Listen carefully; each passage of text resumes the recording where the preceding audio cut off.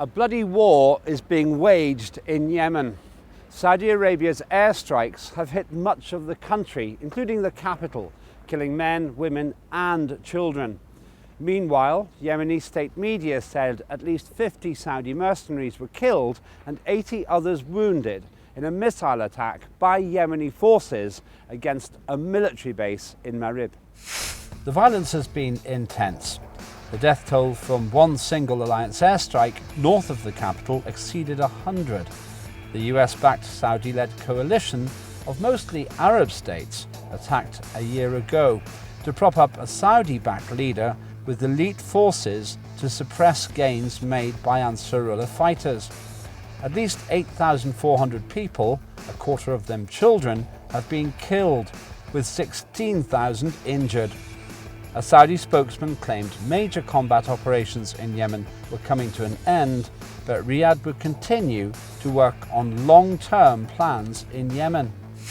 Why is the US supporting Saudi Arabia's actions in Yemen? Why doesn't Washington stop clear human rights violations there? And what does this say about America's support for the oppressed? These are the simple questions we sought to answer. It's now been 1 year since Saudi Arabia began bombing Yemen, killing thousands of civilians, many of whom were children. How do the American public feel about America's continuing support for this war?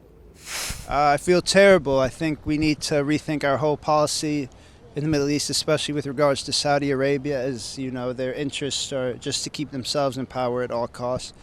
So yeah, it's a terrible thing. I would have to learn more information about the positions for that. Do they support it? Is that true?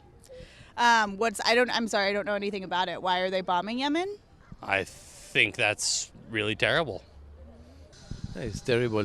I think that anywhere in the world that is war, it's terrible to support it. In a humanitarian sense, I'm obviously against it. The fact that, they're just sort of bombing, towns and villages indiscriminately. I actually was watching a documentary a few days ago where, there were Houthis, or not Houthis, there were people living in those Yemeni villages who were like screaming in the air as the airstrikes were coming, like, we don't want a part of this. This is the politics. We don't want any part of this. But obviously, Saudi Arabia will carry out its objectives. I don't support that myself, and I think that we should not support that at all. What is the perspective of our experts about the fact Washington still supports Saudi Arabia's military actions in Yemen? I do believe that it's actually the entire public opinion who is now deeply outraged, and this actually demonstrates the glaring stark contrast between what the US has been preaching all along of standing behind and throwing its weight behind defending human rights, freedom of religion, freedom of speech, freedom of women, but actually spectacularly failing to put its money where its mouth is when it comes to Saudi Arabia, which is the major bastion of dictatorship in the region. It's a tyrannical regime which not only practices medieval dictatorship, but it actually exports it to the region. That was clearly demonstrated in the uprisings which took place in the Arab world, like Egypt, Tunisia, and also Yemen, when the Saudis threw their weight behind the counter-revolution in order to install dictators and tyrannical regimes again. So the US should be ashamed of its behavior. It hasn't been putting its money where its mouth is, which is actually speaks volumes about whether it clearly believes in those ideals that it actually states that it stands to defend and stands to actually back up. Well, I am disgusted by the silence of the world community on what is going on in Yemen. A year after the campaign had been launched by the Saudis and their allies, everybody is aware that war crimes at large scale have been committed. Most people the world over are aware that more than 9,000 people have been killed from the Yemenis, including maybe 2,000 children, probably 2,000 women, mostly civilians. 90% of them are civilians. Yet, even the United Nations is not courageous enough to say there must be a ceasefire, stop fighting. And then the Americans and the British have openly declared that we have supported the Saudis with weapons, with the guided missiles, guided bombs, intelligence, and experts. Yet they are not really heeding the call for an action to stop this an ongoing human rights tragedy. A recent Saudi airstrike on a market killed well over 100 civilians. If a relative of yours were among the casualties, what would you say to the US government and its support for the airstrikes? We put that difficult question to the public. I'm not sure that government is actually supporting these airstrikes. I think I would be really upset, and I think I would ask them to find another way.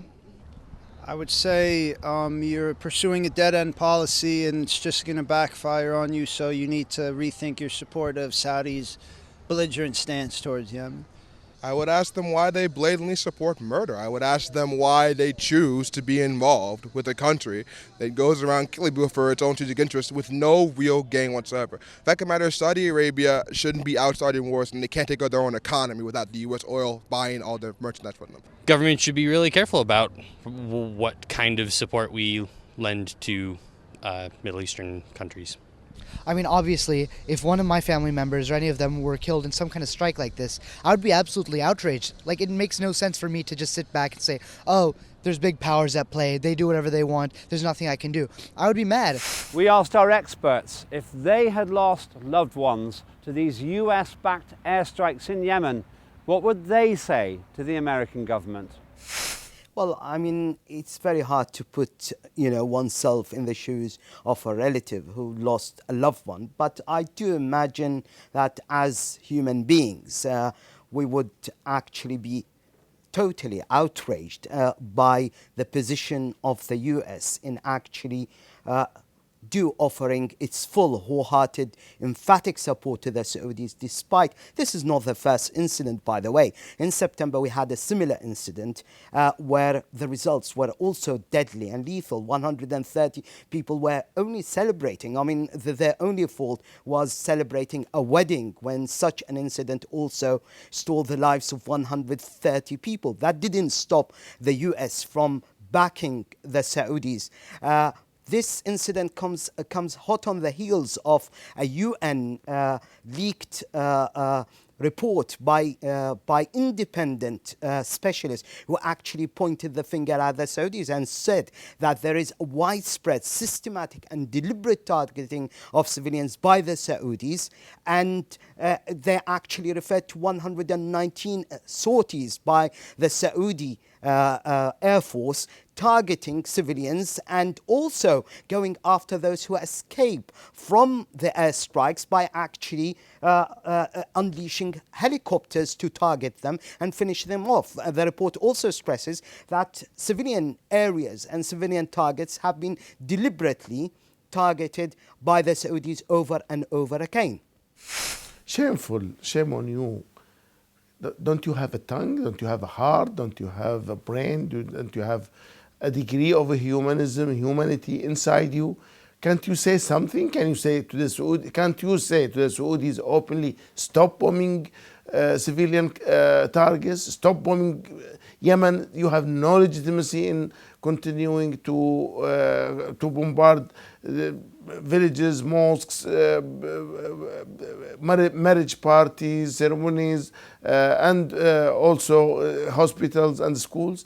I think there is a feeling of despair among many people, and it seems to me that the whole world has been transformed into nothingness, and also lack of their conscience have been destroyed, as if the humanity has come to an end, and as if nothing has survived except the rule of power, the rule of the bombs and missiles. I think the Americans, although we have heard some words from Mr. Obama recently, but it is very clear that is not enough to silence the Saudi guns. Saudi Arabia is one of the richest countries in the world and has been bombing Yemen, which is one of the poorest. What does this say about the US's alleged support for oppressed people? The public said this. Yeah, that's not just USA. Everywhere in the world, money is winning the world against human rights, not against poverty or richest. Yeah, well, everybody knows about the U.S.'s alleged support for oppressed people. It doesn't exist. So, as usual, it's the strong killing the weak. So, yeah, that's why we need to change all these policies. But yeah, it's terrible. The U.S., Saudi ganging up on Yemen, as you say, one of the poorest countries in the world. It's despicable. It's shameful. It's sorrowful, all of these things, you know. The United States has tried to make some sort of statement of saying, oh yes, that it supports oppressed people wherever in the world, but we've seen time and time again throughout the Cold War, there have been overthrowing dictatorships, they've been establishing dictatorships because of and overthrowing democracies. Like the fact that they might on the surface say they support the oppressed people, really what matters to the United States most is its foreign policy, its ability to have some kind of control over the region, especially the Middle East, which is very, very volatile. Well, once again, it says a lot about the U.S. that we support this country that has all this money, who, by the way, they have a lot of poverty for a country that rich because the elites have all the money. So you have a country who has all this money, who is bombing this tiny little state for absolutely no real gains to have this proxy war with Iran. And it's insane that those people are the ones we invite to the White House on a regular basis. I mean, Saudi Arabia has someone on the Human Rights Commission at the UN at the same time when they're blatantly dropping bombs and can defend itself. It's shameful, it's wrong, and it's a violation of what I believe America stands for in the world geopolitical scale. To definitely, find a way to do it peacefully and without violence. What is the expert view of America's alleged support for the oppressed, given its backing for Saudi Arabia's actions in Yemen? This sharply contradicts the US claims that it is always pro-democracy and pro-human rights. We've seen its position when the Saudi forces actually invaded and still occupying Bahrain. It threw its weight and support behind the Saudi occupation, behind the Saudi aggression, and they're doing it again in Yemen, where one of the richest countries in the world that actually have, let's say, looted the oil revenues from the eastern province, when the eastern province is subjected to the most violently sectarian, intolerable discrimination by the Saudis, just because they happen to be Shias. They have absolutely no basic human rights, no right of religion, and we've seen lately the heinous crime of the Saudi regime of actually executing a man of peace, a man who has led a peaceful uprising against Saudis, demanding democracy and human rights. That is Nimr al-Nimr, who has been executed in the same manner that ISIL or Daesh would execute its enemies. Well, I don't think the American history tells us much about that they are there to help the poor. I think most of the Western politicians are there to help the rich. Whether it is in UK or in America, it is always the rich. It is said now in the UK, 1% of the population own 25% of the wealth. So, and the longer these regimes and governments remain in power, the more or the wider becomes the gap between the poor and the rich. So I think the people today, although they may have some apparently more material equipment and more technology, but they are much poorer than they were, say, 50 years ago. Saudi Arabia says it will continue to work on long-term plans in Yemen. If the US believes in the freedom of people, why is it backing Saudi Arabia's intention to have any plans at all in Yemen without the popular support of the people? Because it doesn't believe in freedom in Yemen. It believes in maintaining control of the Middle East through Saudi Arabian regime and others. So, that's their policy, which they've pursued for the past 60 years, which they're continuing to pursue. Nothing's changed. The U.S. is trying to maintain their hegemony, so that's about it. I guess I don't have that many specific thoughts or comments on, the U.S. government's relationship with the Saudi Arabian government. It sounds complicated. Seems like we should be very careful about how we interact in those sorts of conflicts. Well, I mean, the U.S. supports Saudi Arabia, but I know that the U.S. never supports violence or killing, so they need to make an agreement where they can work together without violence. Yes, of course. We are not supporting, the government doesn't support the people. The government supports the economic interests of the banks and the wealth. Saudi Arabia is not democratic. It has many humanitarian abuses. There's a number of reasons why the Saudi government is not going to care at all what the Saudi people say and their ideas about what's happening in Yemen. Is there a contradiction between America's claimed support for the freedom of people while at the same time supporting Saudi Arabia's aim to create plans for Yemen? Here's what our expert said. Firstly, I mean, that is basically that claim by the Saudis is groundless, it's baseless. It comes hot on the heels of actually the murderous and monstrous crime of targeting civilians in the shopping area, because there has been a huge public outcry, mainly in the European country, and we've seen the decision by the European Parliament to actually encourage its countries not to export arms to the Saudi regime, who's using them deliberately to target civilians. Now, why the US is still backing the Saudis? It's for this very simple reason that the Saudis have actually helped the Americans by flooding the market with oil, lowering the prices of oil in its deliberate attempt to actually target the Iranian economy, target the Russian economy, and try to bring those two countries to their knees by actually lowering the price of oil and actually being the major importer of US arms. So it kept the US arms industry actually going, and it's now flourishing because of the Saudi imports for those arms. And that's why the Americans are throwing their weight behind a dictatorship in Saudi Arabia, which has demonstrated over and over again that it doesn't respect or doesn't believe in anything called reform or basic human rights. Well, the Americans have always supported dictatorships in the Middle East, always dictators, despots. They have never supported pro-democracy activists.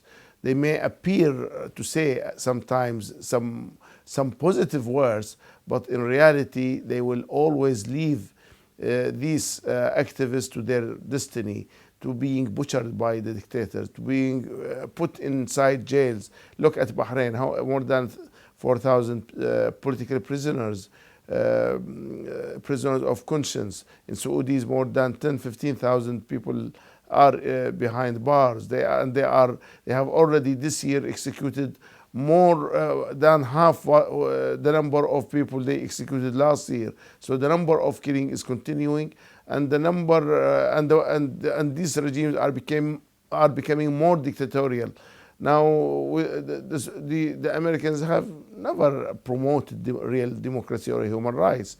Human rights means nothing. It's only a tool to be used against regimes that do not conform to their policies. So I believe that the Americans can do something good. They are capable of doing something positive to the world, but their leaders are simply not interested in doing that good. They are as if they have just been created to do evil. Given the enormous human rights violations in this conflict, why won't the US act to stop what's going on? We asked the public. Why won't they stop the war? Because, I don't know, this is what we do. We bomb countries and we try to take them over by force. And if people don't listen, we bomb more. And it's, you know, it's what we've been doing. It's what we do. I don't know. I couldn't tell you why. Maybe they think it'll get them somewhere. Who knows what, you know. Again, like, I don't know the policies. I don't know what's going on over there. So, I mean, I think, again, it's probably it's all interconnected. There's probably a lot of policies in place. But, I mean, again, I hope that there can be an alternative. In actual, like, foreign policy security interests of the United States, it makes no sense for them to say, oh, Saudi, stop what you're doing. And, like, giving them the flexibility to do what they want allows more kind of influence on Saudi Arabia. But at the same time, it also gives Saudi Arabia more influence on the United States and their foreign policy. And we know how like the economic interests of oil in Saudi Arabia have been impacting the United States economy for so long. Being able to like make a statement against Saudi Arabia could in the long run also affect the U.S. economy. Like right now, oil prices are so low because the Saudi Arabia has basically flooded the market for oil. But like they could easily just pull that out, and then the U.S. economy could fall very quickly. I'm not sure it's the United States' place to stop a war between Saudi Arabia and Yemen. We invited our experts to speculate on America's unwillingness to prevent human rights violations by its ally, Saudi Arabia. Well, again, for the main and principal reason that the Saudis are actually part and parcel of what they call the American alliance. They have backed the Saudis, who actually threw enormous amounts of funding, that's according to Biden, to actually ramp up and revitalize Al-Qaeda in Iraq, which is known as ISIS. As Biden has said, the funding, the arming has all come from Saudi Arabia. And for the Americans, they are actually trying to appease the Saudis because of the Iranian nuclear deal. That is something that has been a devastating or a severe blow to Saudi foreign policy, and that's one of the main reasons that Saudis have actually executed Namr al-Nimr in order to ramp up the sectarian tension and ratchet up the sectarian strife to protect its own internal front by actually claiming that it is the defender and guardian of Sunni Islam, when actually they have targeted Sunnis and Shias and Christians and Jews around the world, and that's according to the German German intelligence, the BND, who actually said that it is Saudi Arabia who is destabilizing the entire region because of the attempts of Mohammed bin Salman, the son of the king, to actually oust and get rid of Mohammed bin Naif, who is the crown prince. Well, they have not really used their power in any place where human rights have been violated. They haven't asked the Israelis to stop. It is only the word opinion. There are a lot of good people in this world, but unfortunately they do not have the power to exercise that goodness. It is only the bad people who are in power who are having the ability to make war or to stop wars. Now, the Americans, if they only say openly, in the President Obama in a press conference say, I want the Saudis to stop the war immediately, I am sure the war will stop on that moment. At that moment, if the EU say, I'll give ultimatum within the next 24 hours, if the war in Yemen, if the aggression on Yemen is not stopped, we will stop all diplomatic dealing with the Saudis and their allies. I am sure it will stop. One word, one statement from these, either the EU, Britain, or America, I am certain that it will immediately lead to ceasefire. But they are not even generous with words rather than political stance or political actions. 1 year ago, Saudi Arabia commenced its war against Yemen. The persistent bombing of an impoverished land by one of the richest countries in the world has led to major human rights violations, injury and death. And it's being supported by America. Washington's backing for Saudi's military actions against Yemen speaks volumes due to the gulf between warm American words for freedom and human rights versus the brutal and bloody actions of its close ally, Saudi Arabia.